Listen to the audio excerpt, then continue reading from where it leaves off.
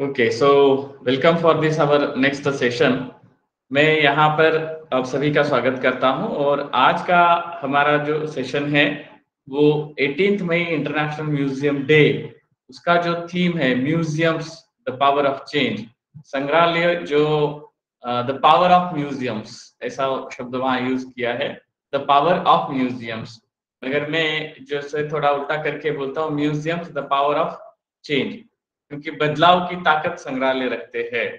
So the power of museums, इसके बारे में हम बात करेंगे, मगर उसके पहले पिछले जो सेशंस हुए थे उसके बारे में जो भी सवाल है उसको कृपया पूछिए। पहले स्नेहा जी आप पूछिए, आपने जो सवाल पूछा था, बाद में रश्मि अय्यगिरी मैडम पूछेंगे। बाकी लोग भी अगर आपको कुछ सवाल है तो कृपया नोट डाउन कीजिए, उनके बाद आप भी पूछ सकते हैं जी। Yes, sir. So my question was regarding about the mobile apps for museums. तो मुझे ये पूछना था कि how much accessible और effective it can be for general public, क्योंकि जितने भी बड़े म्यूजियम्स हम लोग देखते हैं, अभी मुंबई का ही देख लेंगे, अपना छत्रपति शिवाजी संग्रहालय, अगर उसका भी मोबाइल ऐप रहेगा तो I don't think general public will have मतलब वो डाउनलोड करेंगे या फिर वहां से। आपकी आवाज बीच में ब्रेक हो रही है। Can be for small museums और even for the big museums.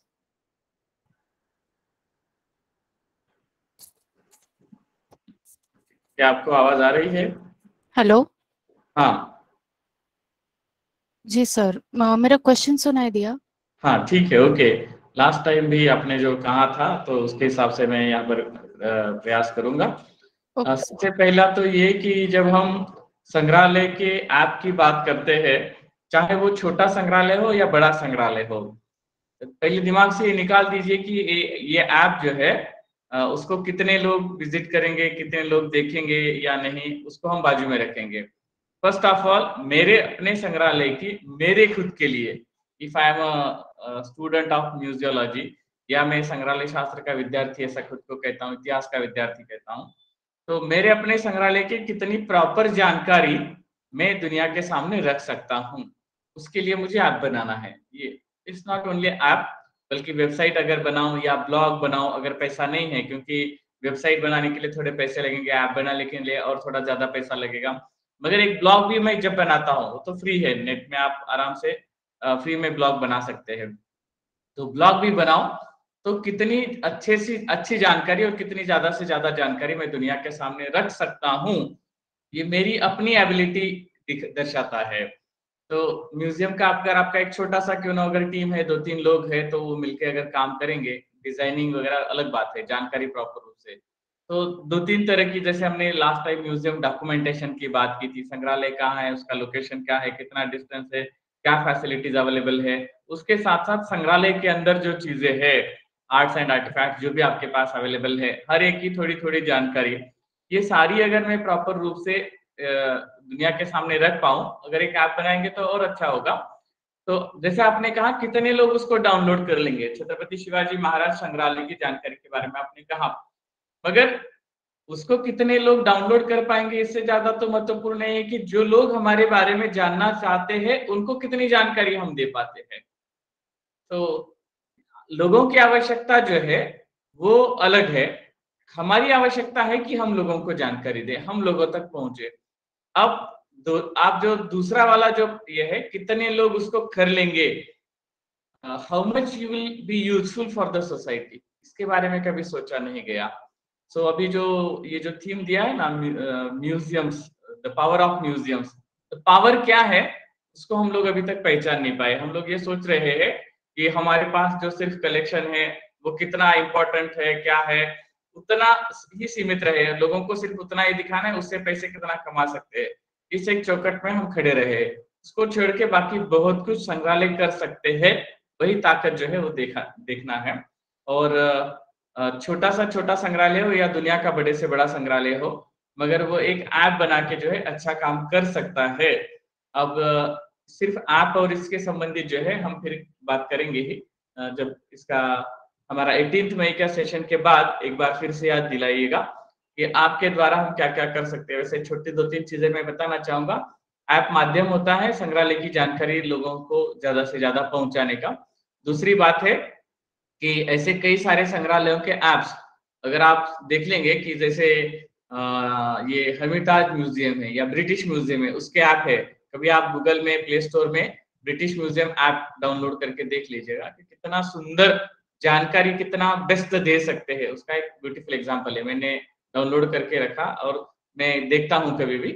और वैसे ही महाराष्ट्र गवर्नमेंट ने गवर्नमेंट म्यूजियम जो है महाराष्ट्र के, उसका एक ऐप बनाया है, उसको भी देखिएगा कि हर संग्रहालय की जानकारी किस तरह से हम रख सकते हैं। So it will become a museum guide. App will become a museum guide.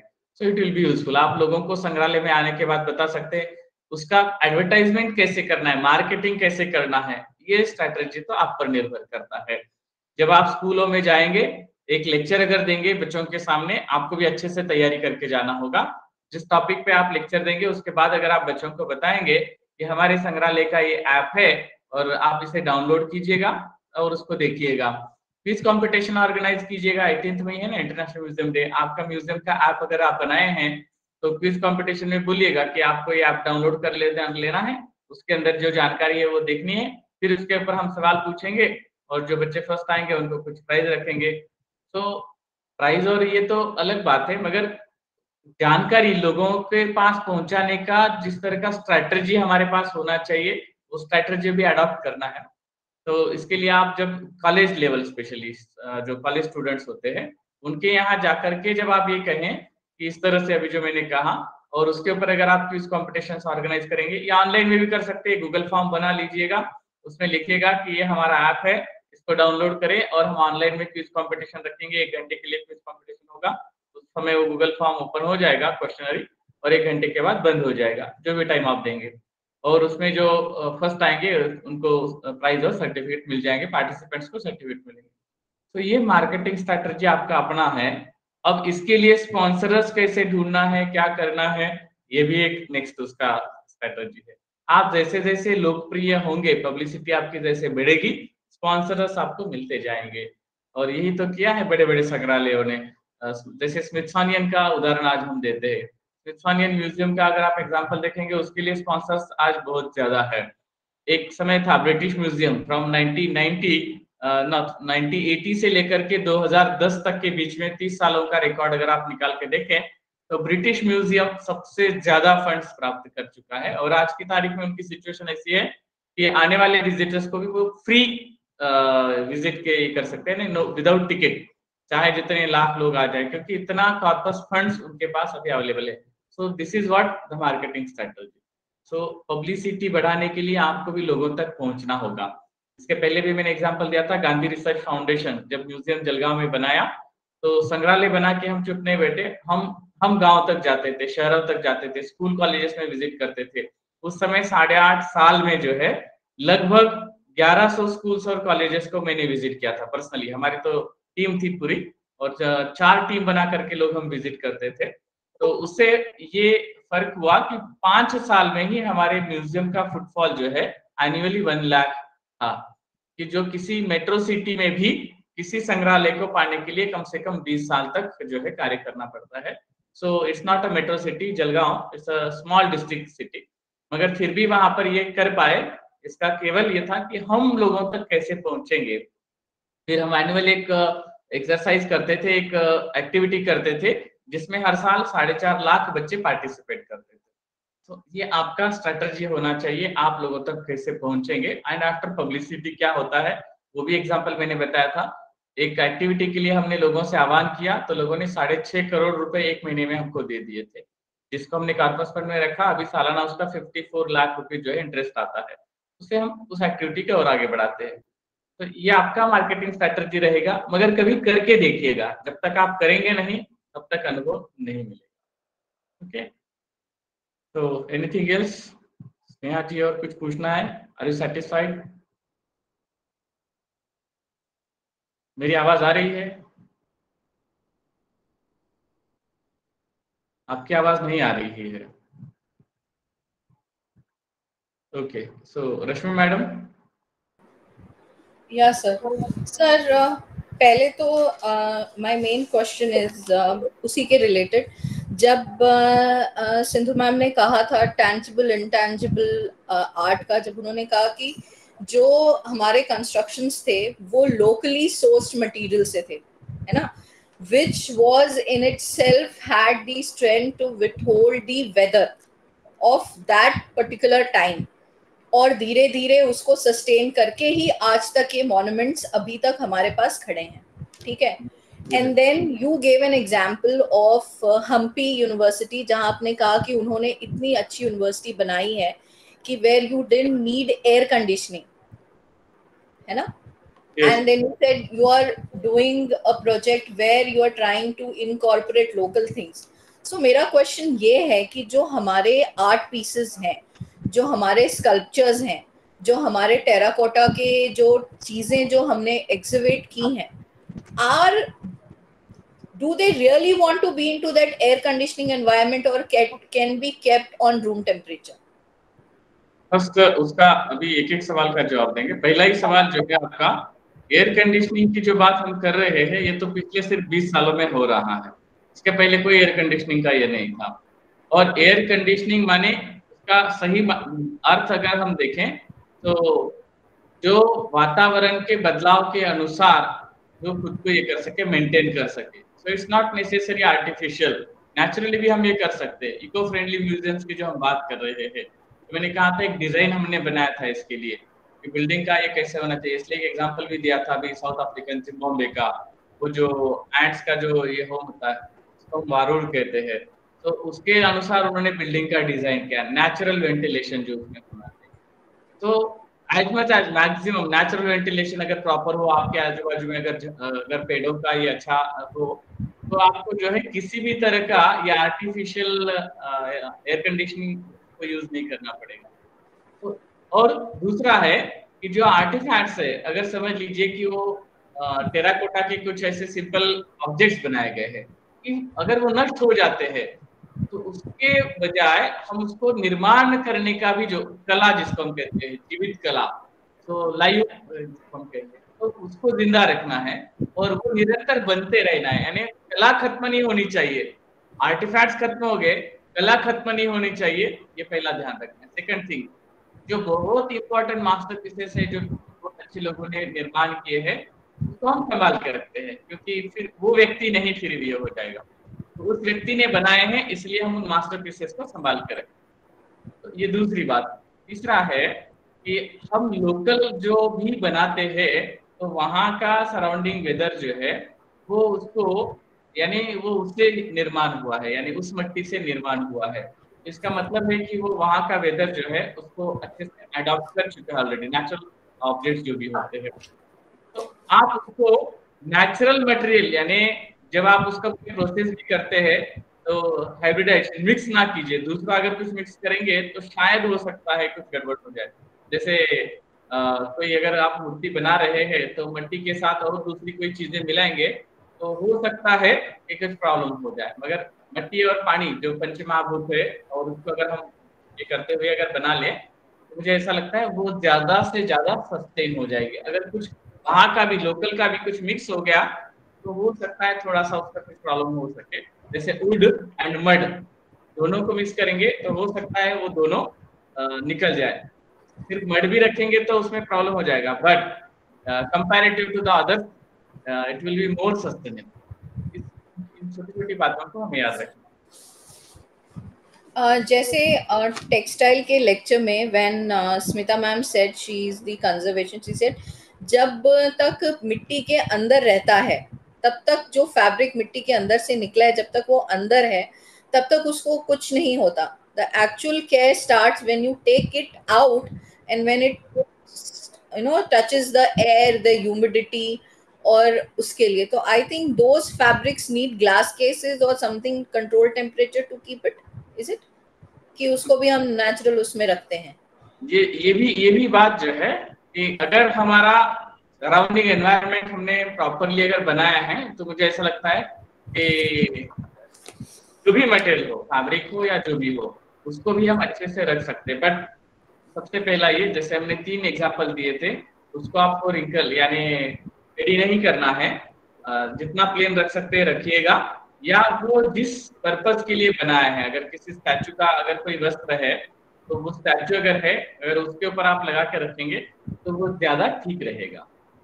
तो नेचुरल में भी ये रख सकते हैं, it's not necessary artificial air condition.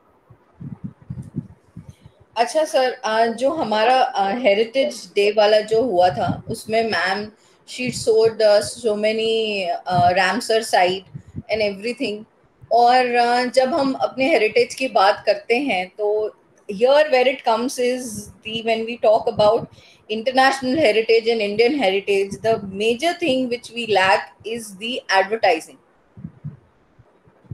is the advertising of our monuments.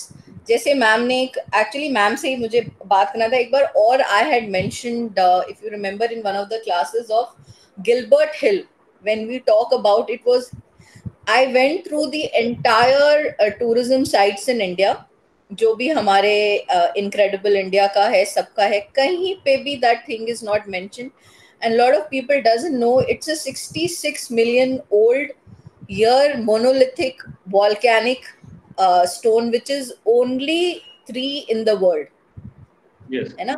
When it comes to US, वो devils पॉपस्टिल बोल के उनका इतना बड़ा वो है, और हमारे यहाँ एक वो छोटा सा गिलबर्ट हिल जो अंधेरी में, जिसके चारों तरफ आज के डेट में कंस्ट्रक्शन हो गया है, विच इज वेरी सैड, है ना?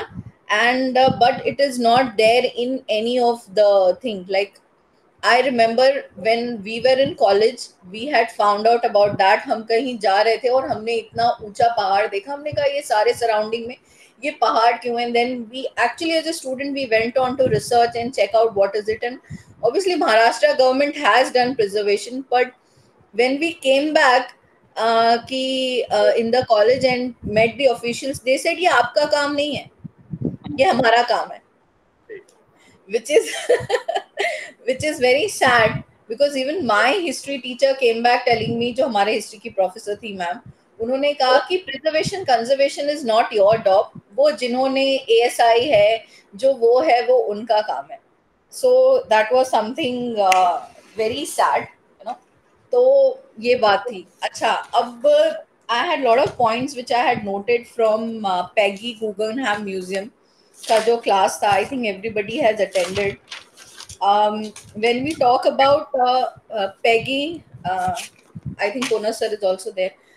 When we talk, can we about a minute, just a minute? Yes sir, yes sir.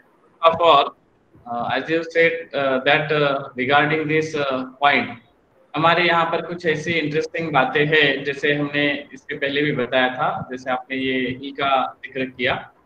Madhya Pradesh में रीवा से लेकर जबलपुर तक और उसके बाद जो है अलीराजपुर से लेकर खरगोन खंडवा तक जो डायनासोर्स के जो भी एग्स और ये सारे प्राप्त हुए, around 6 to 8 crore years old, और जो 125 एग्स जो प्राप्त हुए. तो कितने लोगों को वहां आज भी जाने के बाद इसके बारे में यानी अवेयरनेस है. स्कूल्स और कॉलेजेस जो कहते हैं, हिस्ट्री टीचर प्रोफेसर जो कहते हैं, it's not your duty, it's not your work of the conservation preservation, but apart from the conservation and preservation you need to spread the proper information, जो भी है awareness create करना है लोगों में कि ये हमारा इतना रिच हेरिटेज है. And second thing is that, इसको छोड़कर एक बात को जरूर याद रखिएगा कि हेरिटेज के बारे में एडवर्टाइजमेंट करना माने तो क्या है. तो इसको भी क्लियर कीजिए कि इसका मतलब ये नहीं कि वहाँ फुटफॉल बनना है. ये बहुत गलत आजकल जो होता है कि जैसे स्पेशली टूरिस्ट पॉइंट्स जिसको हम कहते हैं, जो नेचुरल सेंसिटिव पॉइंट्स होते हैं, तो इको जोन, तो उसमें फुटफॉल नहीं बढ़ना चाहिए, इसको याद रखना है. म्यूजियम्स में फुटफॉल बढ़े, इट्स ओके, क्योंकि वो हमने निर्माण किया है और वहां पर हम लोगों को लाना चाहते हैं, एजुकेशन सेंटर बनाना चाहते हैं. बट सेंसिटिव जो भी पॉइंट्स है, इकोसिस्टम को जो संभालना है, तो वहां फुटफॉल नहीं होना चाहिए. इसको हमें बहुत स्ट्रिक्टली करना होगा. जैसे अगर 100 एकड़ का, एक एग्जांपल के तौर पर, अगर 100 एकड़ का अगर जंगल है तो उसमें ज्यादा से ज्यादा 1 एकड़ का पार्ट जो है वो आप चाहे उनको दिखाइए, और वहां से कोई एक हाई, एक जिसको हम कहते हैं व्यू पॉइंट, वो बना करके चाहे आप लोगों को दिखाइए कि 99 एकड़ क्या है, किस तरह से उसका एग्जिबिट कैसे करना चाहिए, उस एक एकड़ को यूज करके, या आपका एक्सपर्टीज रहेगा। बट इन दैट 99 एकड़ no one can enter in that, उसको हमें किसी भी हाल में जो है वो समझना है। सारे टूरिज्म में ये प्रॉब्लम हो चुकी है, हमारे सारे जो भी फॉरेस्ट है, स्पेशली जो भी लेक्स है, तो इसमें क्या हुआ है, जैसे हम इसकी बात करते हैं हिमाचल प्रदेश और उत्तराखंड वगैरह के, तो ऐसे जगह पर जाकर के लोगों ने इतना खराब कर दिया है कि आज वहाँ का पोल्यूशन, जो भी प्लास्टिक बॉटल्स और ये सारे फेंक देते हैं, ये बड़ी मुश्किल है। और नॉट ओनली हम अब कहेंगे कि चलिए भाई हम लोगों को ये ट्रेनिंग देंगे, प्लास्टिक बॉटल नहीं फेंकना है, चाहे अच्छे से जाकर वापस आ जाए, बट टिल देन फिर भी वहां जाने से भी उस एरिया में जो घूमने वाले जो जानवर है या जो भी छोटे छोटे पंछी वगैरह है, तो ये सारे डर जाते हैं, या जो भी होता है वो एक सिस्टम जो है अपने आप में डिस्टर्ब हो जाता है। तो we should need to prevent this, ये बात बहुत समझना है। हमारे कुछ मंदिर जो है बहुत हिली एरिया में है, तो इट्स नॉट नेसेसरी कि वहां लोगों को ले ही जाए, क्योंकि अगर उसके आजू बाजू में इस तरह का इकोसिस्टम अगर बन चुका है, कि इन बातों को हमको बहुत ध्यान देना होगा। जब भी हम म्यूजियम्स बनाएंगे या जो भी बनाए, तो एक बार मैंने फॉरेस्ट के एक फोटोग्राफ आपको दिखाया था, मैं कहा था कि इसमें क्या स्पेशलिटी है। एक रॉक का फोटो था, हाफ सेमी सर्कल की तरह बना हुआ था, उसका एक पानी में उसका जो दिखाई दे रहे थे, और एक कंप्लीट सर्कल बन गया। वो फोटोग्राफ मैंने दिखाया था। इससे हम क्या सीख सकते हैं, तो कभी मिटने नहीं देना। वो पानी भी इतना क्रिस्टल क्लियरिटी होना है, और वो इतना नाजुक इस तरह से बना हुआ वो हिल का पार्ट है कि अगर कोई उसके ऊपर चढ़ भी जाए तो वो टूट जाएगा। तो हम लोग सेंसिटिविटी को समझते हुए हमारा टूरिज्म या जो भी फुटबॉल की हम बात कर रहे हैं, तो कैसे मेंटेन करना है होगा। के लिए हमारा आज का डिजिटल टेक्नोलॉजी जो है हम यूज करते हैं, क्योंकि वहां डायरेक्टली मत जाइए, मगर इसको देखिए और इसको समझिएगा, because it's for the study purpose. ये हमको क्लियर है। तो if you permit me, then we will proceed our this international museum day theme. Otherwise, if you want to present a few points of your museum, then please. Can you hear me? Sir, actually 9:30 हो गया. I think we can discuss Peggy next time. हम class कर सकते हैं अभी, है ना? Okay. So yeah, okay. So I will proceed. Just give me 1 minute.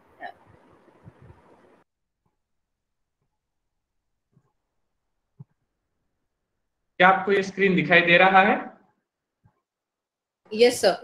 Okay, so now as I mentioned, this International Museum Day theme, this year theme, every year it's changed. So this year theme is the power of museums. It is in Prague on it now. This International Museum Day.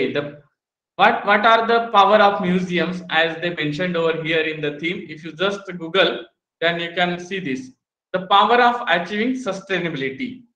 So achieving sustainability, निरंतर विकास जिसको हम शब्द कह रहे हैं, निरंतर विकास, सातत्यपूर्ण विकास जो है उसको प्राप्त करने के लिए, उस गोल को, museums are strategic partners in the implementation of sustainable development goals of the United Nation. First time this term used over here. संग्रहालय जगत में इस शब्द को पहली बार यूज किया गया है, सस्टेनेबल डेवलपमेंट गोल म्यूजियम फील्ड के लिए। इसके पहले यूनाइटेड नेशन ने इस कंसेप्ट को लाया जरूर था, मगर संग्रहालय के साथ उसे कनेक्ट नहीं किया गया था। तो हमने कई बार इसके बारे में दूसरे सेशन जो हमारे हुए थे, not in this our course, 17 sustainable goals जो है उसकी बात की थी। So museums are strategic partners, first time this use here, as key actors in their local communities. They contribute to a wide variety of goals which include fostering short circuit and social economy and disseminating scientific information on environmental challenges. अब हम यहाँ जो ये बात कर रहे थे ना थोड़ी देर पहले, सो एनवायरमेंटल चैलेंजेस जैसी जो बात है उसके बारे में संग्रहालय बहुत अच्छे से कार्य कर सकते हैं, and it's a part of achieving this 17 sustainable development goals, SDG ऐसा उसको वर्ड यूज करते हैं। तो उसको भी हम देखेंगे। The power of innovating on digitization and accessibility. Last our 3 sessions उसको अगर आप रखते हैं, museums have become innovative playing grounds where new technologies can be developed and applied to everyday life. So please ask the question, please put a question mark. Is there any museum which have any such ideas which we can apply to everyday life? क्या ऐसा कोई संग्रहालय है हमारे आजू बाजू में कि जिस संग्रहालय को देखने के बाद आपका दैनंदिन जीवन जो है, आपकी रोजमर्रा की जो जिंदगी है, उसमें हम अप्लाई कर सकते हैं, उस संग्रहालय का कोई ना कोई ये लेकर के हम अप्लाई कर सकते हैं? क्या ऐसा कुछ आपको दिखाई दिया संग्रहालय में? क्वेश्चन मार्क लिखिएगा अगर ऐसा कोई संग्रहालय आपको, जैसे संस्कृति संग्रहालय की हम बात करते हैं, but for my day to day life how much it will be useful, कभी इसके बारे में सोचिएगा। और ऐसे अगर आप दिल्ली में रहते हैं तो दिल्ली के जो संग्रहालय है उसमें से देखिए, मुंबई में रहते हैं तो 32 संग्रहालय है, में पुणे में 29 संग्रहालय है, चेन्नई में है, कलकत्ता में 71 म्यूजियम्स है। तो आप जो है इसको लिखिएगा कि जो संग्रहालय आपने देखा उसका डे टू डे लाइफ में क्या यूज है। इसीलिए मैंने एक बार हमारे म्यूजियम आर्किटेक्चर के सेशन में लास्ट सेक्शन जब दिखाया था तो ये कहा था कि रिलेवेंस ऑफ द म्यूजियम, ये सेक्शन संग्रहालय में होना ही है। If it's not possible a special gallery for that, then you need to put at least 2 or 3 panels in your museum on a wall. What is the relevance of this museum today? आज इस संग्रहालय की आवश्यकता क्या है? सो ये बात है applied to everyday life. So digitization, app वगैरह की जो हम बात करते हैं, वेबसाइट की जो बात कर रहे हैं, वर्चुअल म्यूजियम्स की जो हम बात कर रहे हैं, so this is what a part of this digitalization and accessibility. Because if I want to visit the Bikaner museum, it's not possible to me कि मैं वहां जाकर ही विजिट करूं। if it is there is an app or there is an excellent website or the virtual museum, then it will be very easy to me to see all the artifacts in the museum, the display techniques, and what's the usefulness of that museum for my life, like that. So this is what the power of this digitalization and accessibility. So digital innovation can make museums more accessible and engaging, helping audience understand complex and dissonant concepts.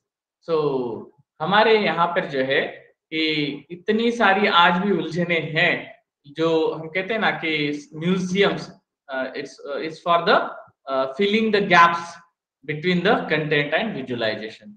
तो museum की first हमारा जो session हुआ था उसमें हमने व्याख्या बताई थी कि हमारा जो कंटेंट होता है और जो हमारा जो विजुअलाइजेशन की हम बात कर रहे हैं, इतिहास को जिंदा करने की, not only the history, heritage use करता हूं मैं वर्ड, तो हमारी जो भी धरोहर है उसको लोगों के सामने साकार करने की, विजुअलाइजेशन करने की ताकत जो है वो संग्रहालयों में है। And that heritage which includes the tangible and intangible heritage both. हम जो फ्यूचर को भी कह रहे हैं ना, द फ्यूचर म्यूजियम की जो आपने कंसेप्ट अगर ठीक से समझी होगी, मैं ये समझता हूं कि मेरा संग्रहालय, मेरा भविष्य क्या होगा, हमारी सोसाइटी का भविष्य क्या होगा, दिस एंटायर हमारा जो वर्ल्ड है उसका भविष्य क्या होगा, अगर मैं चाहता हूं वो अच्छा बने तो उसमें मेरे म्यूजियम का कंट्रीब्यूशन क्या होगा। इतना गहराई से सोचते हुए मैं संग्रहालय का निर्माण करूंगा। तो ये कभी क्वेश्चन खुद को पूछेगा जो म्यूजियम डिजाइन करते हैं, जो म्यूजियम प्रोफेशनलिस्ट कहते हैं खुद को, क्या मेरा कोई कंट्रीब्यूशन हो सकता है, एटलीस्ट वन स्टेप क्या हम उस तरफ जा सकते हैं। So the power of community building through education, बार बार ये शब्द हम यूज करते रहे। पहली बार ये म्यूजियम डे में आया, 1 साल पहले हमारा कोर्स जब शुरू हुआ था, या लास्ट ईयर भी जब हमने सेशन किए थे, उस समय भी मैं हर बार ये वर्ड यूज करता था, museums are not only for a show, it must become the education centers, it must become a public movement, ये सामाजिक आंदोलन बनना चाहिए। एक मराठी में यूज वर्ड है लोक चळवळ बनली पाहिजे। So through its collections and programs, museums thread a social fabric that is essential in community building by upholding democratic values and providing lifelong learning opportunities to all, lifelong learning opportunities to all। ये हमारे संविधान ने जो हमें एक अधिकार दिया है, कॉन्स्टिट्यूशन लॉ जो एक अधिकार हमें दिया है, हर एक को पढ़ने का अधिकार है, शिक्षा सबका मूलभूत अधिकार है, ये वर्ड यूज किया गया है। मगर क्या सब लोग सारी शिक्षा ले सकते हैं? अगर मुझे मेडिकल की पढ़ाई करनी है तो क्या मैं कर सकता हूँ? इतना फीस ही मैं नहीं भर सकता हूँ, मेरा इंजीनियरिंग मुझे छोड़ना पड़ा, इसका कारण था उतने पैसे मेरे पास नहीं थे, पिताजी हार्ट अटैक से चले गए, 98% मार्क्स थे फर्स्ट ईयर में, फिर भी मैं आगे की पढ़ाई नहीं कर सका। इसका कारण था वो फीस मैं नहीं पे कर पाता था। So this is what life long learning opportunities to all. संग्रहालय में जाकर क्या मैं ऐसा कुछ सीख सकता हूँ वहां से कि जहां से मेरे जीवन भर के लिए मुझे जो है कुछ यूजफुल होगा। They contribute to shaping an informed and engaged civil society. एक बात याद रखिए, हम हमेशा ये कहते आए हैं कि अगर बच्चों को, न्यू जनरेशन को, not only new generation but including we, हम खुद को भी अगर उसमें देखेंगे, नटोरियस नहीं अगर बनना है तो क्या करना होगा? अगर कुछ बैड एक्टिविटी जिसको हम कहते हैं, अगर उसकी तरफ नहीं जाना है तो क्या करना होगा? समथिंग गुड, जो अच्छा हम कहते हैं ना, उसको क्रिएशन करने में क्रिएटिव माइंड्स जो है वो हमको तैयार करने होंगे। So shaping and informed and engage the civil society. खाली दिमाग शैतान का घर होता है कहते हैं, तो उनको एंगेज रखना है। एंड दूसरी बात है, किस क्या शेप आप बनाना चाहते हैं। जैसे कुम्हार एक मट्टी से, गीली मट्टी से जो कुछ बनाता है या मड से जो बनाता है, वो शेप जो देता है, that is what the beauty, वो उसका क्रिएशन है। हम लोग क्या चाहते हैं, सोसाइटी को कैसा देखना चाहते हैं, उसके लिए एक अहम भूमिका, एन इम्पोर्टेंट रोल ये म्यूजियम्स का होता है। बट इतना उसको समझते हुए संग्रहालयों का निर्माण और संग्रहालयों की एक्टिविटी को जो है डे टू डे जो है हम उसको गतिमान रखना है, इस बात को समझना होगा। तो ये 3 कंसेप्ट इस साल के थीम में है। ये power of achieving sustainability, the power of innovating and on digitalization and accessibility, the power of community building through education.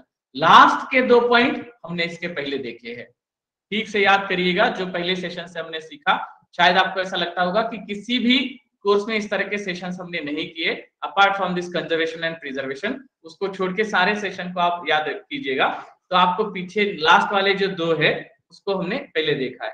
अब हम आते हैं पहला वाला जो पॉइंट उन्होंने यहाँ पर किया है, the 17 sustainable development goals to transform our world. कौन से 17 गोल्स है, किसी को पता है? इसके पहले किसी ने अध्ययन किया है इसके बारे में? जिन्होंने यूनेस्को के बारे में कभी अध्ययन किया होगा, शायद हो सकता है उन्होंने इसके बारे में सोचा होगा। But other than what about others, ये बाकी लोगों का क्या, जिन्होंने कभी इसके बारे में सोचा ही नहीं, और हमारे संग्रहालयों ने कभी इसके बारे में किया नहीं।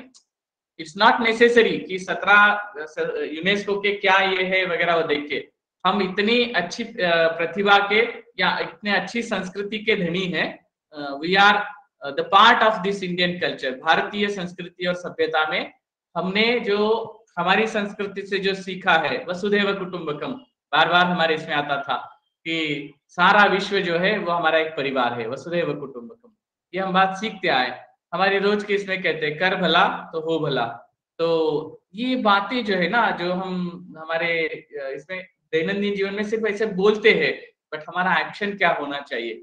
ये 17 सस्टेनेबल गोल्स की जब हम बात करते हैं, development goals SDG, so which is having 169 targets. 17 गोल है, मगर उसको ये करते हुए 169 टारगेट्स दिए गए, with the general target of making life and practices on the planet more sustainable. So which was adopted by this United Nations in 2015 and implemented from the beginning of 2016 by virtually all countries on the planet. But for me, मैं हमेशा जब ये कहता हूँ, मैं ऐसी संस्कृति का एक घटक हूँ जिस संस्कृति ने हमेशा वैश्विक शांति की बात की। इसको हम कहते हैं ना कि ग्लोबल पीस, तो सारे जगत का कल्याण हो। ईशावास्य उपनिषद जो है, सर्वे भवन्तु सुखिनः सर्वे सन्तु निरामया, तो ये क्या है? ये प्रार्थना ही तो हमें बताती है। ये 17 सस्टेनेबल गोल्स जो बता रहे हैं, 169 टारगेट्स बता रहे हैं, ये हमारे इसमें तो पहले से हम बचपन से सीखते आ रहे हैं ना, कि हमारे घर में खाना खाते समय भी रोटी का एक निवाला, एक जो हमारा खाने का जो हिस्सा है वो हम गाय के लिए रखते हैं, एक कुत्ते के लिए रखते हैं, जो भी हमारे घर में पशु उसके लिए रखते हैं, एक बाहर से कोई अगर भिखारी आया तो उसके लिए रखते हैं। हम करते थे ये, बचपन में हमारे गांव में करते थे। मुझे पता नहीं आप में से किसके यहाँ होता था, मगर महाराष्ट्र कर्नाटका के बॉर्डर में जो हमारे छोटे छोटे गांव, बीदर जिला, लातूर जिला, हर घर में ये होता था, इस तरह से निकाला जाता था हिस्सा। तो ये बातें जो है हमें समझनी है, क्योंकि हम जो कह रहे हैं ना कि यहाँ all countries on the planet, विश्व के सभी राष्ट्रों में ये होना है। A remarkable fit to get all countries to agree to this goal, non binding but provide a frame for all countries, acknowledging that each part of the world has its own unique situation. So how they address the 17 goals will differ. तो यहाँ जो सारे राष्ट्रों की बात कर रहे हैं, विश्व में ऐसा कोई राष्ट्र, कोई ऐसी संस्कृति नहीं होगी कि जो वैश्विक कल्याण की बात करती हो, ऐसे कोई नहीं होगी। सारे संस्कृतियों में अच्छा लिखा ही गया है, तभी जाकर तो वो संस्कृति बनी है ना, जिसको हम कल्चर कहते हैं, जिसको हम सभ्यता कहते हैं। सभ्यता के इसमें पहला ही शब्द सभ्य है ना, तो सभ्य क्या है? सभ्य माने मैं खुद अपना स्वार्थ जो है वो करते हुए खुद का विकास करूं, ये सभ्यता की परिभाषा नहीं है। सोसाइटी के डेवलपमेंट की बात है, समाज के उन्नति की बात है। तो ये सारी संस्कृति में निहित है, इसको छोड़कर जो होगा वो वैश्वीपन होगा, जिसको हम कहते हैं ना कि ये राक्षसी है, तो उसको हमको समझना है। An important acknowledgement is that what happens in one country will have impacts in other parts of the world, often unrealized by citizens how these impact take place. ये हमारा उत्तरदायित्व होगा कि हम जो हमारे दैनंदिन जीवन में, जैसे मैंने कहा था, ये मेरे शरीर के कपड़े जो मैं यूज करता हूँ ये खादी है, तो दुख होता था कि जब समय भी लोगों से बात करते हैं कि ये क्या बात कर रहे हैं, व्हाई इट इज नेसेसरी, संग्रहालय के कोर्स में इसकी क्या आवश्यकता है, क्योंकि मैं जो शरीर के ऊपर कपड़ा पहना हूँ ये मेरे शरीर के साथ साथ, ये मेरे शरीर के लिए तो अच्छा है, ये तो मुझे पता ही है, but for the environment also ये इसका मूल्य है, एक अपना मूल्य है। जो भी हम कर रहे हैं, मैं कर रहा हूं, आप कर रहे हैं, हम मिलके कर रहे हैं, यानी लाखों करोड़ों लोग इस देश के जो कर रहे हैं उसका इम्पैक्ट पूरे विश्व पर होना ही है। तो हमारा उत्तरदायित्व है हम हर एक व्यक्ति अपने खुद से शुरुआत करें और लोगों को बताए कि हम अपने जीवन में क्या बेस्ट कर सकते हैं। ज्यादा कुछ 100 की 100 बातें पूरी हो सकती है ऐसा नहीं हो सकता है, बट एटलीस्ट 2, 3, 4, 5, 6 जो भी हो सकता है उतना तो अच्छा करें।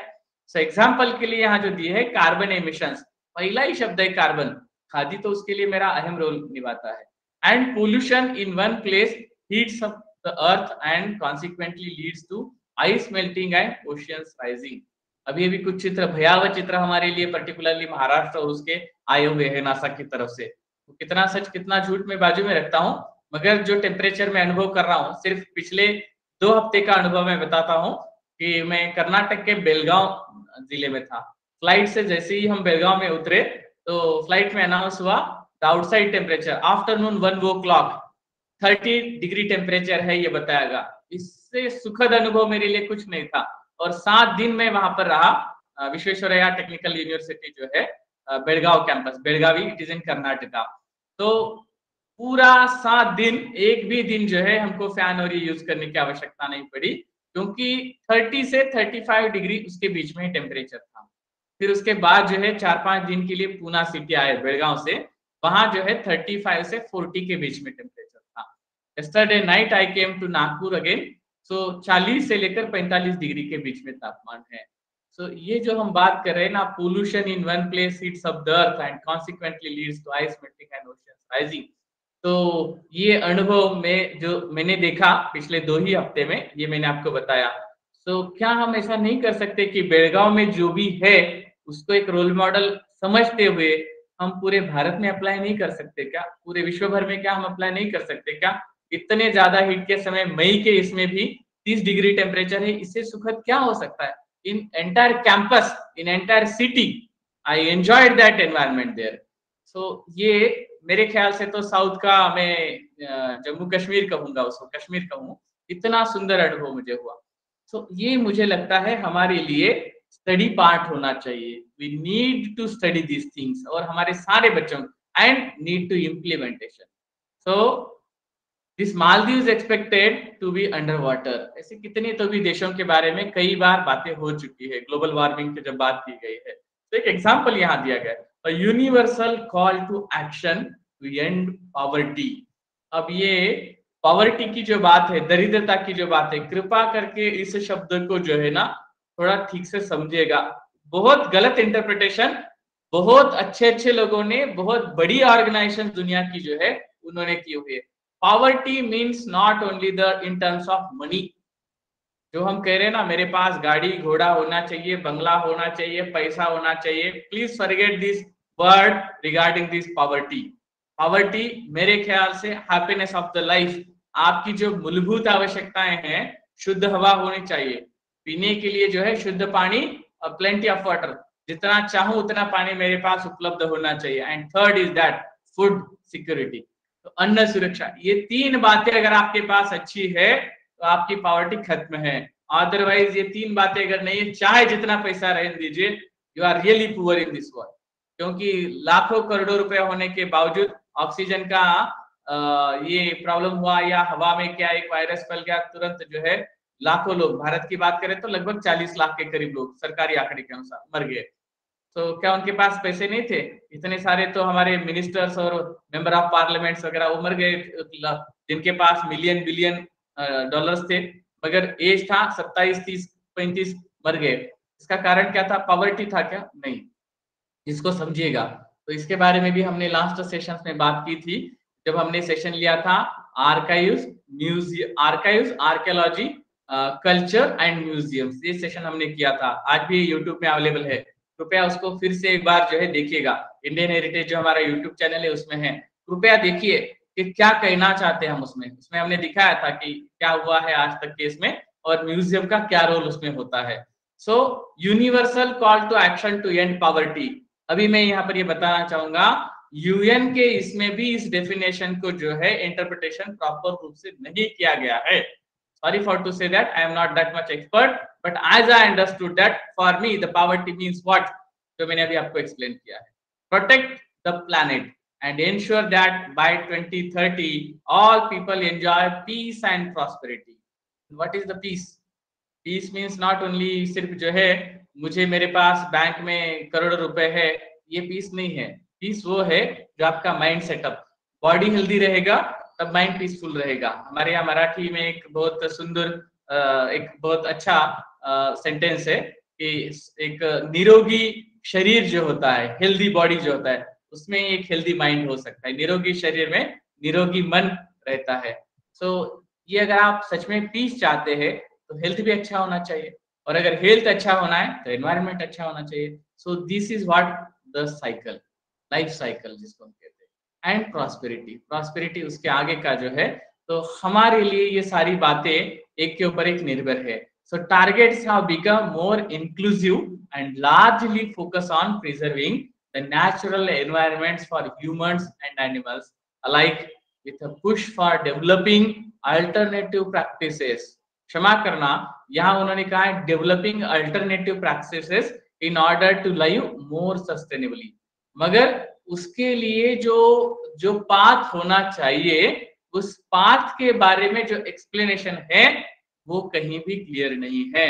बिकॉज मैंने इसके जो भी रिपोर्ट्स है जो अभी तक आए हैं 2015-16 से लेकर के 2022 तक, अब तक जो है 32 रिपोर्ट पब्लिश हुए, 32 रिपोर्ट्स बाय यूनेस्को। उसको मैंने ध्यान से पढ़ा है क्योंकि मैं एक इतिहास का विद्यार्थी हूँ, और इतिहास के किन मुद्दों को लेकर के, या जो हमने bad practices and it started by whom, इसने शुरुआत किया इन सबको, इसको भी देखेंगे। सो मैंने अभी लास्ट एक सेशन हुआ था 2-3 दिन पहले, उसमें एक व्याख्यान में मैंने ये कहा था कि हमने जो है पद्धतशीर लूट, मराठी में कहते हैं, सो सिस्टमेटिकली अगर आप किसी को लूटना चाहते हैं, उसका एक सिस्टम भी बना के रखा है।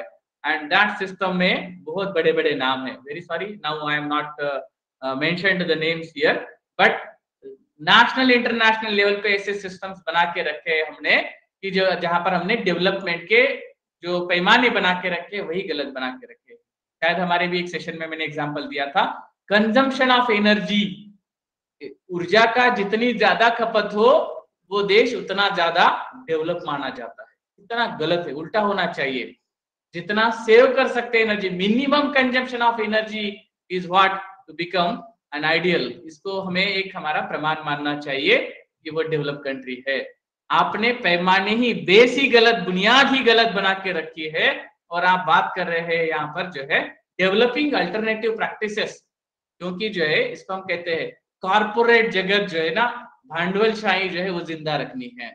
सो अगर यहाँ आप यूनेस्को का उद्देश्य अच्छा है, मगर उसके लिए जो पाथ है, उसके लिए जो हमें चलना है, तो ये अल्टरनेटिव्स की जो बात कर रहे हैं, यहाँ डेवलपिंग की जो इंटरप्रिटेशन जो है उसको क्लियर करना चाहिए था।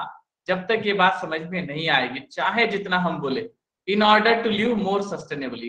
So 17 goals are highly interlinked and interdependent. Yes, it's completely true. अगर आप फर्स्ट से लेकर 17 तक पूरा पढ़ेंगे समझ में आएगा। Reducing emissions, pollutions is more than a technical problem to be solved. It is also likely requires our entire system of economics that revolves around consumption.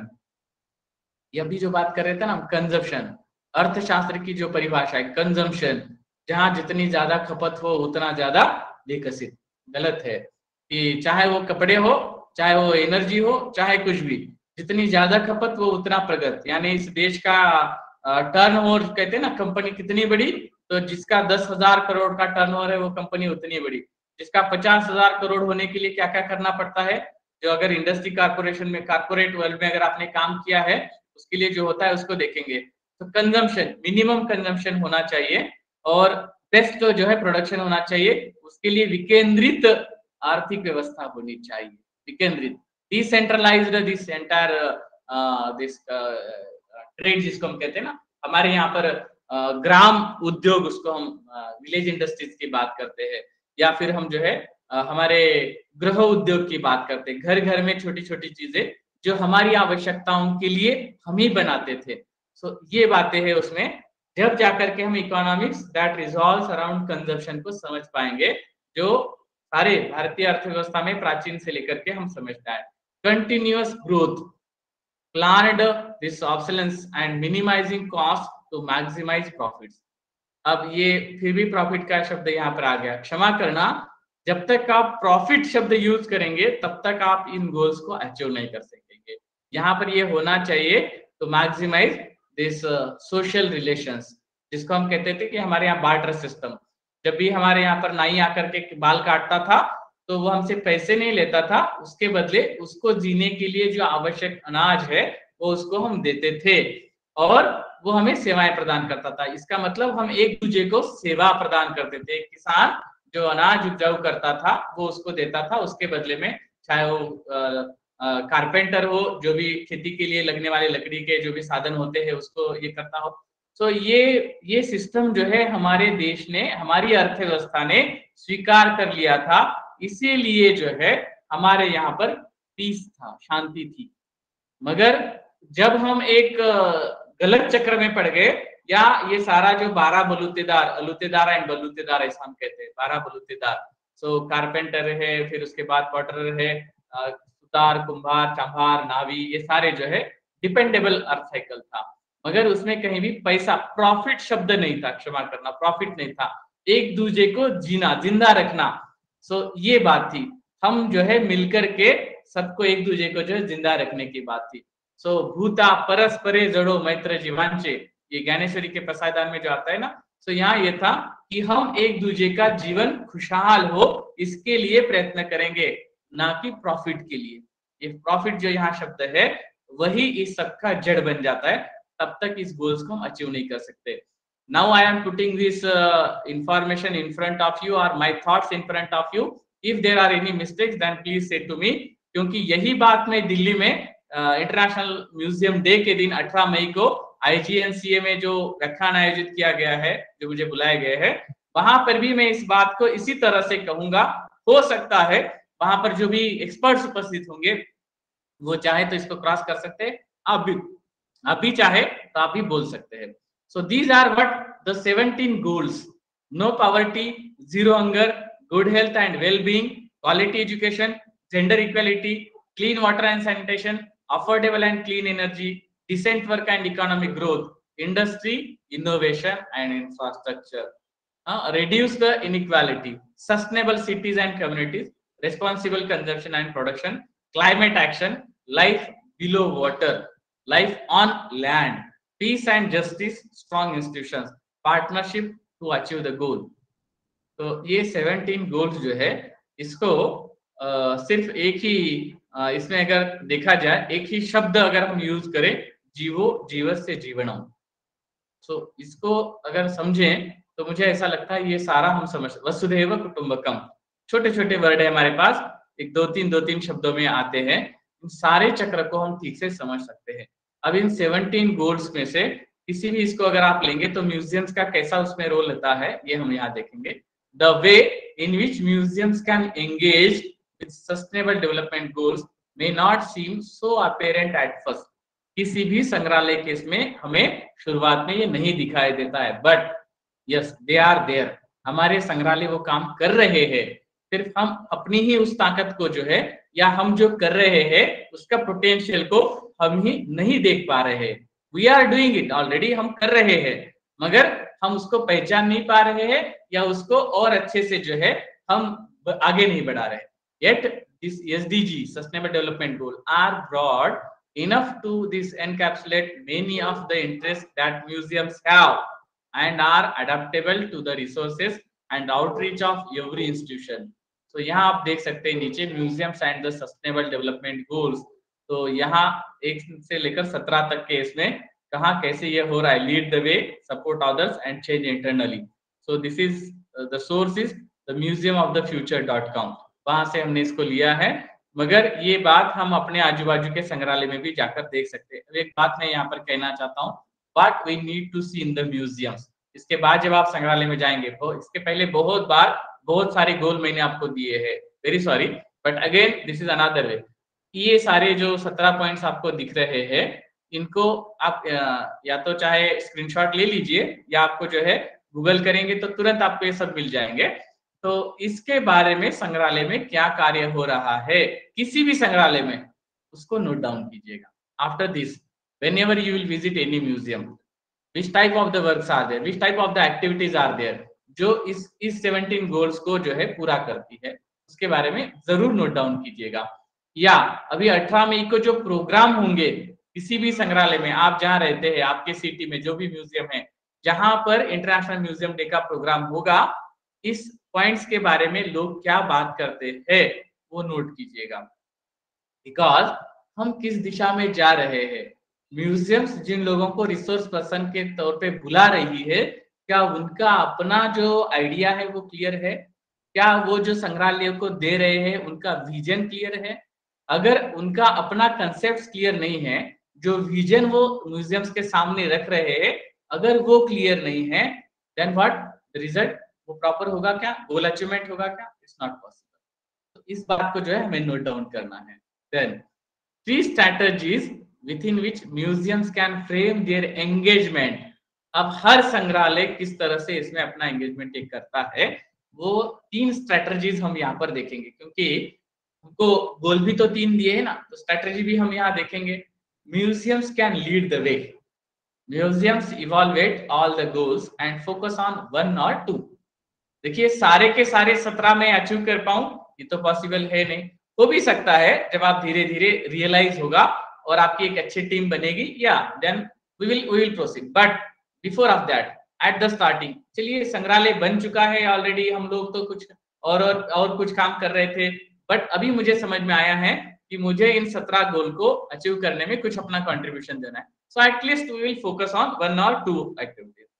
Then what will happen to which they feel resonate most, क्या हम कर सकते हैं संग्रहालयों के द्वारा, हम क्या कर सकते हैं उसको हमें देखना होगा। With the story they are trying to tell, बता सकते हैं दुनिया को कि हमने ये किया है, उसको हमने कैसे अचीव किया, कैसे इम्प्लीमेंट किया।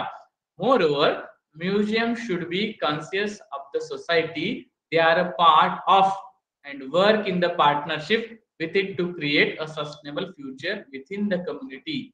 पहले तो संग्रहालयों को जिस लोकेलिटी में वो रहते हैं वहां के सोसाइटी के साथ में जो है ना पार्टनरशिप करनी होगी। नॉट पार्टनरशिप, यहाँ तो मैं ये शब्द यूज करता हूँ मराठी का में, क्योंकि मैं इतिहास और संस्कृति का विद्यार्थी हूँ। तो सबसे पहले तो हम कहते हैं कि तत्पर, तद्भव, और उसके बाद लास्ट में होता है तन्मय। डिसॉल्व कर देते हैं हम कि हम इसका एक पार्ट है, इसका एक घटक है, जैसे परिवार का एक हिस्सा होता है। कोई कहता है क्या कि आई am a part of this family, कहने की आवश्यकता पड़ती है? कभी हम कहते हैं क्या फैमिली में एक दूसरे से बात करते समय? नहीं ना, ऐसा नहीं होता है ना। तो why should need the museums to say the community that we are और आई एम अ पार्ट और this institution is a part of society. हम अपने कृति के द्वारा, हमारे एक्शन के द्वारा समाज को ये अनुभव दिलाएंगे कि yes we are there for you, we are there with you, and society भी जो है तब उनके साथ उस तरह से तन्मय हो जाएगी, एक दूसरे के अंदर घुल मिल जाना, ऐसा हम जो यूज करते हैं। So a part of and work in partnership. इसलिए हमने एक बार ये भी बताया था, ऐप की बात अभी स्नेहा जी ने शुरुआत में की थी। हमने लास्ट टाइम एक बार ये कहा था कि म्यूजियम्स डिजिटलाइजेशन की जब हम सेशन किए थे, हमने ये कहा था कि हमारे पास हमारे संग्रहालय में इतने एक्सपर्ट अगर नहीं है कि जो सॉफ्टवेयर बना सके, जो वेबसाइट बना सके, एप्स बना सके, एक्सपर्ट नहीं है, मगर समाज में, सोसाइटी में, नई जनरेशन में बहुत अच्छे अच्छे एक्सपर्ट्स है कि जो ऐप बना सकते हैं, वेबसाइट बना सकते हैं, ब्लॉग्स बना सकते हैं। मगर क्या हमने कभी उनको इनवाइट किया? कभी हमने उनको अपना फ्रेंड समझा? म्यूजियम फ्रेंड की कंसेप्ट भी हमने किया था। तो क्या हमने उनको अपना दोस्त बनाया? क्या उन लोगों का कंट्रीब्यूशन हमने अपने संग्रहालय में लिया? सो पार्टनरशिप जरूरी है भाई। मगर पार्टनरशिप जो है ना, सोसाइटी के पर्सनल लेवल से लेकर के इंस्टीट्यूशन लेवल तक हर जगह पर होनी चाहिए। Partnership with other museums, partnership with other libraries, the institutions, the society, educational organisations, schools, colleges.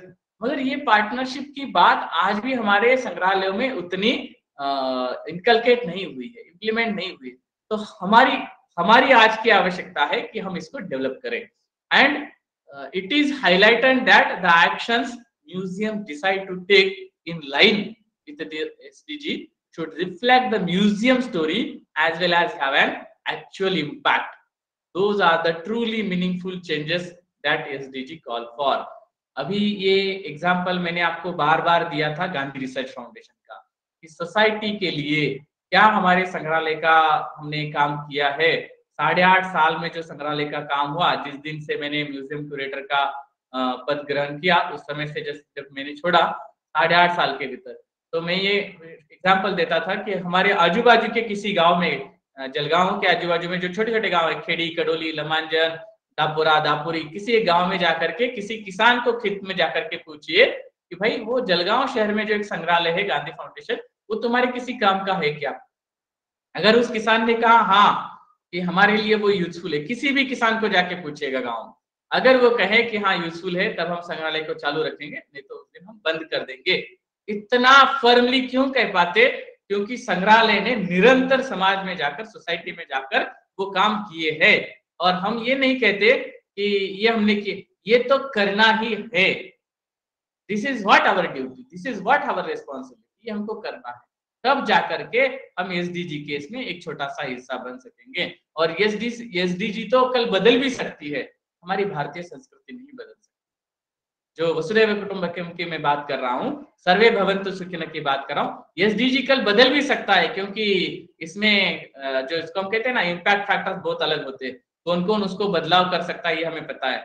बड़े बड़े इंडस्ट्रियलिस्ट या बड़े अमेरिका, यूएस जैसे देश वगैरह जो है इसको बदल भी सकते हैं, मगर हमारी संस्कृति जो है, जो मूल्य हजारों साल पहले हमको बताई है, उसको हम नहीं बदल सकते। सो हम उस दिशा में जो है निरंतर आगे बढ़ते रहेंगे। Museums can support others. Museums here become a platform for entrepreneurs and local initiatives that support the SDGs. Simple सा एग्जांपल हमने दिया था, एक बार कहा था कि संग्रहालय के बाहर हमने रोड पे, क्योंकि हमारा संग्रहालय जिस कैंपस के अंदर है, तो उस कैंपस में ही 7,000 लोग काम करते हैं, 1,500 एकड़ का कैंपस है। तो आजू बाजू के गांव के किसानों को हमने थोड़ा सा प्रयोग किया। किसानों के पास जाकर के ये बात हम पूछते थे, आपका जो दूध होता है, गाय होते हैं, भैंस होते हैं, आपका जो दूध होता है आप किसको देते हैं? वो कहते हैं कि कुछ लोग आते हैं, दूध जमा करके लेके जाते हैं और वहां जाकर शहर में बेचते हैं। किसान से वो लेते थे 30 रुपए लीटर, उस समय की मैं बात कर रहा हूँ जब काम कर रहा था, और शहर में आकर के उस समय जो है वो लगभग 45 रुपए लीटर से बेचते थे। तो हमने ये कहा कि आपके किसानों के सारे बच्चे जो है, सारे किसानों के, क्या वो नौकरी पे लगे हुए हैं, सारे एंगेज है? नहीं, कुछ किसानों के बच्चे तो ऐसे ही घूम रहे। तो हमने कहा कि उस यूथ को जमा करके क्या तुम लोग नहीं कलेक्ट कर सकते? तुम्हारे अपने गांव का, तुम्हारे अपने माता पिता, अपने घर में जो दूध जमा होता है, या आजू बाजू के जो भाई बहन, उनका दूध जमा करके क्या तुम शहर में नहीं ले जा सकते? तो बोलते थे कि हमारे पास मार्केट कहाँ है? तो हमने कहा मार्केट हम अवेलेबल करवा के देंगे, आप लेके तो आइए। तो ऐसे उनको ले जा करके हमारे खुद के जो 7,000 एम्प्लॉइज थे उनके घरों में, या हमारे खुद का जो संग्रहालय का जो कैंटीन था वहां पर रोज लगभग 100-200 लीटर दूध हमें लगता था, या जो भी बाकी चीजें लगती थी, सब्जियां लगती थी, तो ये सारी लेके आकर के जो है वो हमारे यहाँ देते थे। और शहर में भी जो जो हमारे परिचित थे, एक व्यक्ति के संबंधित 2-4 लोग होते थे, उनको बताते थे। डायरेक्टली जो प्रोडक्शन करने वाला और जो कस्टमर है, तो ग्राहक जो है, जो उपभोक्ता जिसको कंज्यूमर हम कहेंगे, उस तक पहुंचाने का जो जिम्मेदारी था, द कनेक्टिंग ब्रिज, वो संग्रहालय बना। इससे क्या हुआ, लोगों में इतना आत्मविश्वास जागृत हुआ। अच्छा, तो किसानों के पास जब पैसे जमा हुए, कुछ तो ऐसा होता था कि कुछ किसानों को गाय या भैंस लेने के लिए पैसे नहीं होते थे। गवर्नमेंट की बहुत सारी स्कीम्स है, मगर हम उसमें पढ़े ही नहीं, क्योंकि फिर उसके लिए कागजातों की पूर्तता, फिर उसके लिए जो है किसी ऑफिसर को कुछ पैसे देना, ये हमारे लिए कोई आवश्यक बात। किसान ही, यानी जो पहले फर्स्ट फेज में जो हमारे साथ जुड़ गए, उन किसानों के पास पैसा जब जमा हुआ, हमने ही उनको ये सवाल पूछा, आपको कितना फायदा हुआ एक साल का? कुछ किसानों ने कहा सर 2 लाख का हमें फायदा हुआ, कुछ और ज्यादा हुआ, 7 लाख रुपए तक एक किसान को फायदा हुआ था।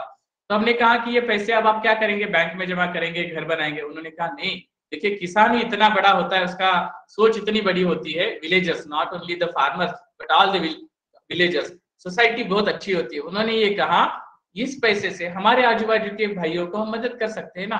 तो उन्हीं किसानों ने उसका मिला करके पैसे जमा करके जो है आजू बाजू के किसानों को गाय और भैंस, तो हमने भी अपनी तरफ से कंट्रीब्यूशन बोल के हर साल जो है लगभग 30 से लेकर 40 गाय या भैंस जो है हम किसानों को अपनी तरफ से भेंट करते थे।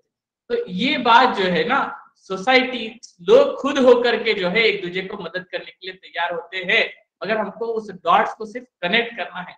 ऑलरेडी उनके पास ये सारी नीतिमत्ता है। ये नीतिमत्ता जो शब्द हम यूज कर रहे हैं ना, द मॉरलिटी वगैरह जो शब्द हम यूज करते हैं ना, वो क्रिएट नहीं की जा सकती, वो ऑलरेडी होती है, उसको नष्ट नहीं होने देना है। हम उसको जो है ना जागरूक रखना है, इंस्पायरेट करते रहना है, प्रमोट करते रहना है। सो ये किसी भी यूनेस्को के किसी भी ये 17 गोल्स के इसमें इसका जिक्र नहीं प्राप्त होगा, मगर भारतीय संस्कृति के हर हिस्से में ये बात होगी। जैसे माता और बच्चे का रिलेशन होता है ना, माँ और बेटे का रिलेशन होता है, बच्चों का जो रिलेशन होता है, तो उसी तरह से हमारा समाज के साथ रिश्ता होना चाहिए। समटाइम्स सोसाइटी, समाज हमारे लिए माँ बनकर काम करेगा, कुछ समय में हमको वो काम करना पड़ेगा। पालक जो शब्द हम यूज करते हैं, parent, care to each other, तो ये हमको करना पड़ेगा, जब जाकर के ये प्लेटफॉर्म हम क्रिएट कर सकेंगे।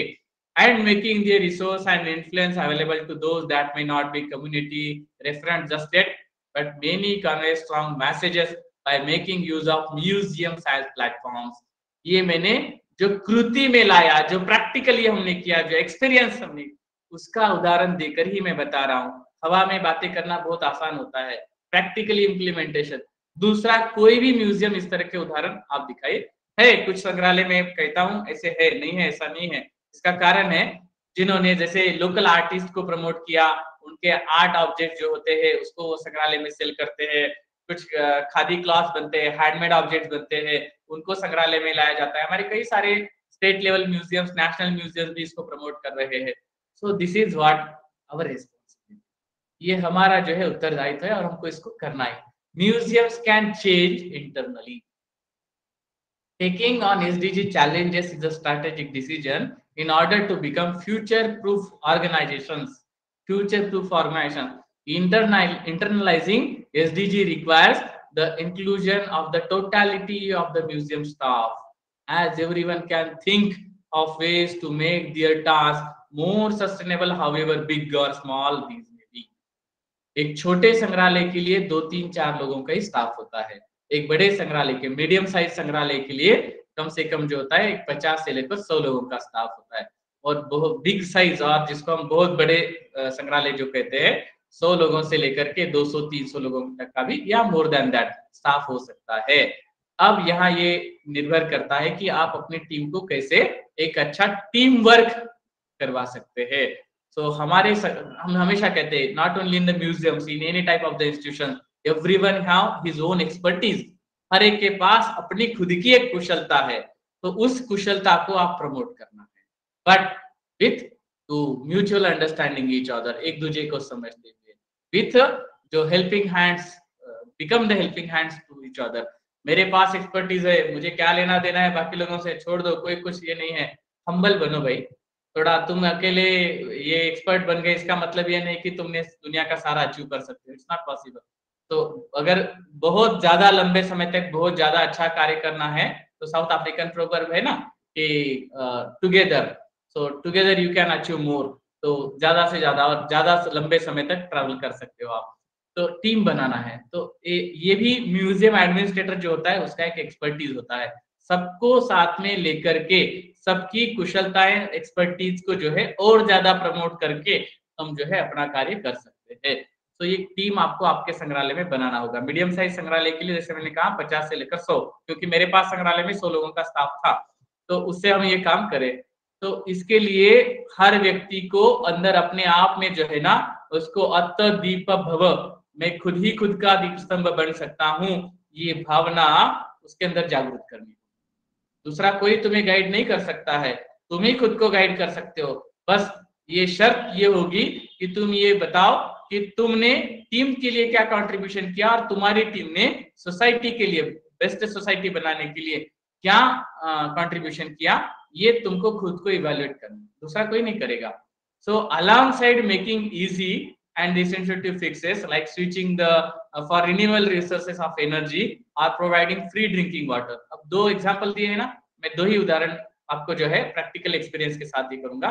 रिन्यूएबल सोर्सेस की हम बात करते हैं या एनर्जी की बात करेंगे, तो हमारे संग्रहालय का पहला महीना ही जो था, जब संग्रहालय का लोकार्पण हुआ, तो हर महीना 4.5 लाख रुपए का लाइट बिल हमें आता था, इलेक्ट्रिसिटी बिल। मगर फिर हमने क्या किया, पूरा म्यूजियम का जो रूफ और बैक साइड जो था, हमने पूरे सोलर पैनल लगाए और बायोगैस वगैरह सबको हमने किया। उससे क्या हुआ कि जीरो, हमारा जो ये था, जीरो लाइट बिल आता था। और जो एनर्जी, जो भी इलेक्ट्रिसिटी हम जनरेट करते थे, वो हमारे आजू बाजू के 15 गांवों को हम सप्लाई करते थे। शुरुआत में तो हमारा फर्स्ट 3 इयर्स हम 8 गांवों को दे पाए, अब उसको बढ़ाए। तो वो तो उसमें जैन इरिगेशन सिस्टम्स का भी बहुत बड़ा अहम रोल था। उसके बाद जब हम पानी की बात करते हैं, तो मैसेच्यूसेट्स इंस्टीट्यूट जो है उसके साथ कोलैबोरेशन करके हमने एक प्रयोग किया कि हमारे यहाँ पहले तो हमने हमारे संग्रहालय का स्टाफ और हमारे जो जैन इरिगेशन के लोग थे, उन्होंने गांव के साथ मिलकर हमारे नजदीक जो गिरना रिवर, जिसे कभी गिरिजा रिवर नाम से या गिरिपरना रिवर के नाम से जाना जाता था, गिरना रिवर के ऊपर हमने एक डैम बनाया, छोटा सा डैम। बड़े बड़े डैम बनाना ये कभी हमारा लक्ष्य नहीं, छोटा सा।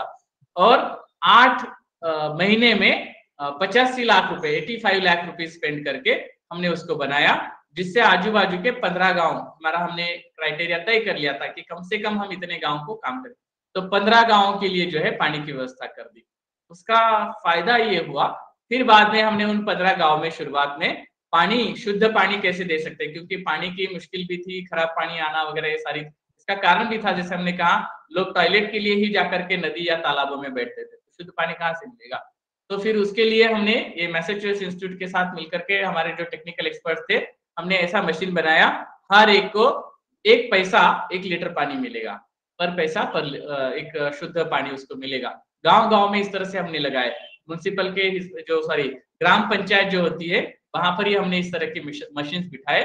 उसका फायदा क्या हुआ, हर एक को गांव में शुद्ध पानी मिलने की शुरुआत हुई।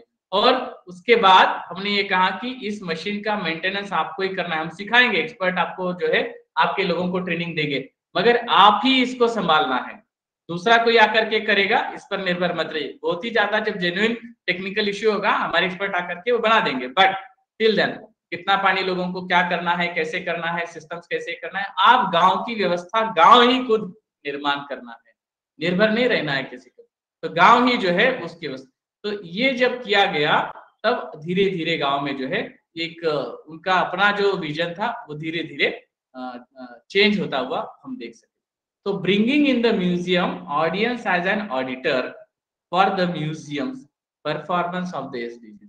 जब लोग आपके संग्रहालय में आएंगे, मैंने गांधी जी के म्यूजियम डेफिनेशन की बात करते समय एक सेंटेंस हमने उस समय कहा था, रचनात्मक कार्यक्रम की पेज नंबर 15 जो है, पैराग्राफ नंबर 3 में फर्स्ट सेंटेंस में गांधी जी जो कहते हैं, व्हाट इज अ म्यूजियम, उसका वहां उन्होंने म्यूजियम नहीं शब्द यूज किया है, एग्जीबिशन शब्द यूज किया है, ग्राम प्रदर्शनियां ऐसा शब्द यूज किया। वो कहते हैं ऐसी ग्राम प्रदर्शनियां हमें बनानी चाहिए कि जहां आकर गांव के हर व्यक्ति को, हर युवा को ये लगे कि मैं वहां से एक हुनर सीख के जाऊं।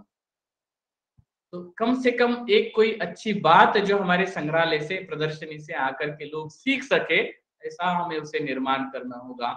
और ये जो बात हम एसडीजी की कर रहे हैं, ये सारे संग्रहालय में इस तरह से हम अचीव कर सकते हैं, allowing them to analyze the progress that has been made and suggest what are the points that should be tackled next।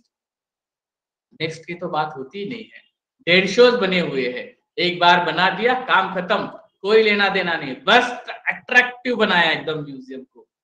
But गोल क्या है, किसको आप अचीव करने वाले हैं? क्या अगर आपका गोल इनके इसमें अगर नहीं ले जाता है, ईशावास्य उपनिषद के सर्वे भवन्तु सुखिनः इस तरफ अगर नहीं ले जाता है, तो क्या गोल है फिर आपके संग्रहालय का? कभी इसके बारे में हम जो है और ज्यादा डिस्कशन कर सकेंगे। मैं इसके बाद जो है नेक्स्ट हमारा जो सेशन होगा, तो ये फास्ट स्टेप्स जो है उसके बारे में हम काम करेंगे, क्योंकि कुछ ही गोल मैंने पॉइंट आउट किए कि मुझे लगता है कि हम उसके ऊपर ज्यादा काम कर सकते हैं। 17 को लेकर के मैं बात नहीं करूंगा, कुछ ही इसको लेकर के बात करूंगा। If there are any questions, most welcome. अगर कुछ गलत हुआ हो तो क्षमा कीजिए, मुझे जो लगता है वो मैंने ऑनेस्टली बताने का प्रयास किया। हो सकता है मेरे इसमें कुछ गलतियां हो, तो कृपया आप जरूर बताएं। Is everything clear? Museum design करते समय इन 17 पॉइंट्स को ध्यान रखते हुए, 17 पॉइंट्स नहीं समझ में आते बाजू में रख दीजिएगा। जो हमारे दैनंदिन जीवन में जो हमारी संस्कृति ने एक अविभाज्य भाग, हिस्सा जो बनाया है ना, कि बिना सोसाइटी के हमारा जीवन नहीं है। तो वसुधैव कुटुंबकम को बस याद रखिए और सर्वे भवन्तु सुखिनः के पथ पर जो है संग्रहालय को जो है निरंतर ले जाइए। छोटे छोटे इसको एक्शन, फिलॉसफी की बात अलग है, चर्चा की बात अलग है, एक्शन क्या है वो आवश्यक है। Yes, any questions? Panna Rasool sir, Sharada Seshadri ji, Meenu Mathew ji, या anyone? Thank you, sir. Actually, I don't have much to ask. Sorry for joining late. So, yeah. Rashmi, I agree. You were mentioning my name. Yes, she just said that you are welcome. आप आए हैं इसके लिए welcome किया था।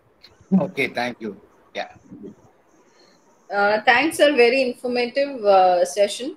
Obviously, जो points हैं, when I was doing the study yesterday only, I had gone through the ICMO side and I had read the whole passage जो उनका है, and they had actually given the open exhibition for paper submissions also, कि for suggestions and all, उसके पूरे उनके पूरे site पे था वो open suggestion on these points. I think have you submitted? Did you submit?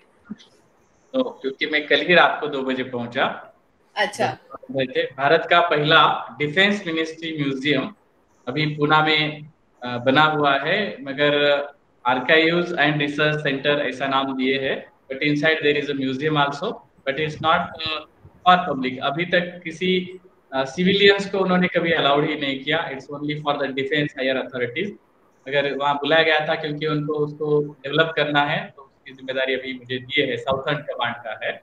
और आश्चर्य लगेगा कि भूमि अभिलेख का पहला संग्रहालय मैंने देखा भारत में 2 ही जगह पर, उनका दिल्ली और पुणे, ये 2 ही जगह पर उन्होंने उसका रिसर्च सेंटर बनाए हैं, and it's really excellent work. Taj Mahal हमको पता है, ताजमहल का मैप, लैंड रिकॉर्ड सारा जो है उनके पास अवेलेबल है। In that single office they have 10 lakh records, और इस तरह से 42 सब यूनिट्स भी बनाए हैं। इन लोगों को ट्रेनिंग देने का जिम्मेदारी अगस्त के फर्स्ट वीक में 2 डेज का प्रोग्राम उन्होंने रखा है, ट्रेनिंग प्रोग्राम। उसके लिए उन्होंने इनवाइट किए हैं, पूरा 2 दिन में उनको ट्रेनिंग देना है और उस म्यूजियम को भी डेवलप करना है। 2 तरह का काम है, एक आर्काइव्स और रिसर्च सेंटर उसका ट्रेनिंग, सेकंड म्यूजियम डेवलपमेंट। तो ऐसे गोल पर हम अभी काम कर रहे हैं। Okay, sir, one more comment that today's session is very important because museum or archive is a separate entity. How it is connected to a larger world and then many sustainable development goals. So this this connection is very important to understand these two institutions in a different perspective. So thank you very much for that. Yes, most. Yes, Sharda Seshadri, you want to say something? Sir, thank you so much for today's session. And I'm sorry that I joined late, but I could relate very much to all those SDGs, the Sustainable Development Goals that that were discussed today.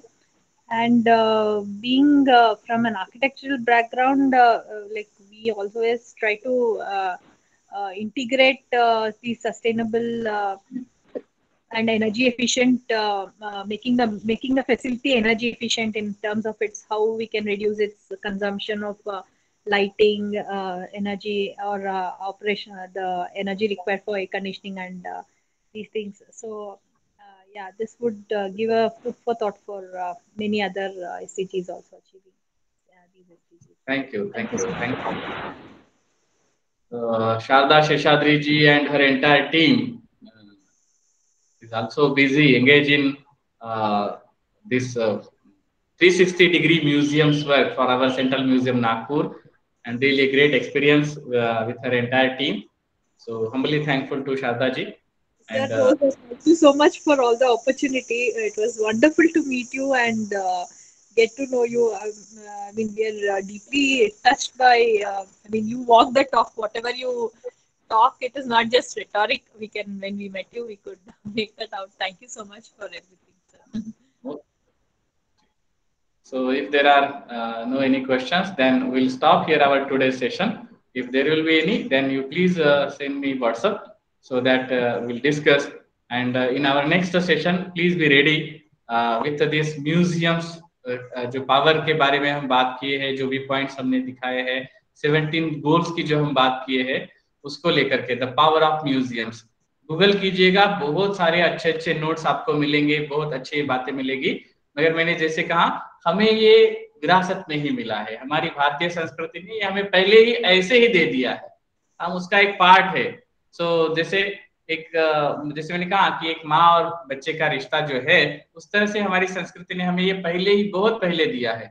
17 goals को आप हमारी संस्कृति के साथ compare कीजिएगा, हम हर रोज ये जीते हैं। बस हमारी म्यूजियम एक्टिविटी में हमको जो है, लोगों को जब हम देखते हैं ना, जब हमारे यहाँ जो विजिटर्स आते हैं, उनको इसके लिए और ज्यादा प्रमोट करना है, इतना ही पक्का ध्यान रखिए। बहुत हार्ड नहीं है, उन लोगों के लिए हार्ड है कि जो इसको समझ नहीं। So once again, thank you. Thanks a lot to all of you.